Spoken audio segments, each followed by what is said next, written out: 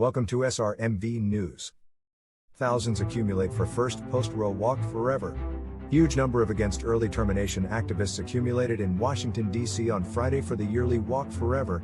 The meeting, held each January starting around 1973 when Roe v. Swim ensured early termination access across the country, was the first since Roe was toppled in June.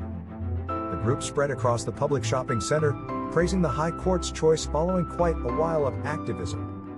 A little counter-dissent numbering many supportive of decision activists likewise assembled at High Court.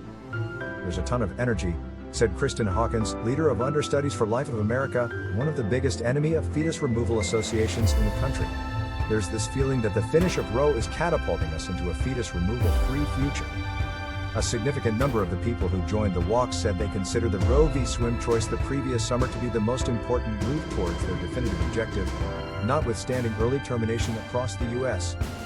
It returned the fetus removal issue to individual U.S. states and, up to this point, exactly 20 million ladies in excess of 12 states are assessed to have lost admittance to early termination, as per the Guttmacher establishment, a supportive of decision research bunch. Be that as it may, the triumph for the counter-early termination development has been tempered fairly by a progression of ongoing difficulties. In the November midterm races, 5 states with early termination drives on the polling form casted a ballot for fetus removal privileges. Restrictions on the strategy in states like Montana, Ohio and Wyoming have been hindered by lawful difficulties in state courts.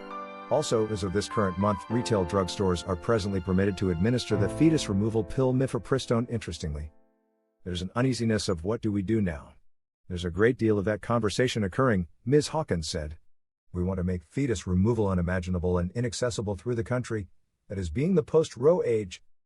Loosening up for almost 2 miles, 3.2 kilometers, along the shopping center, Ms. Hawkins and her partners used amplifiers and signs with hostile to early termination trademarks. "We request insurance at origination and love them both." On Pennsylvania Road, which runs toward the White House, a tall video screen played film on circle of what gave off an impression of being dead embryos. The cheers of hostile to fetus removal campaigners conveyed as far as possible up to the means of the Legislative Hall building, almost arriving at a little counter-dissent of supportive of decision advocates who had accumulated external the High Court. "Fetus removal is an asset we think ought to be accessible to everybody," said 18-year-old Savannah Hagen-Avavi, a college understudy in D.C. "At the point when I originally found out about sex training in center school, early termination was a choice that we had," she said. "Having that detracted from us is truly unnerving." As Ms. Avabi talked, favorable to decision and hostile to early termination activists jarred for space and consideration, yelling north of each other with contending amplifiers and sometimes pushing each other out of their way as the police looked on. "There's been a ton of strain," she said. "The most discouraging thing about being this is the way numerous youngsters are here remaining on the opposite side." However, in the impressive structure behind her, the High Court, the fight for fetus removal freedoms is for the most part finished. All things considered, campaigners on the two sides have turned their concentration to state regulations and, progressively, the 2024 official political decision. On Saturday, Understudies for Life will hold its most memorable decision on a bunch of conceivable conservative up-and-comers as individuals choose who to support.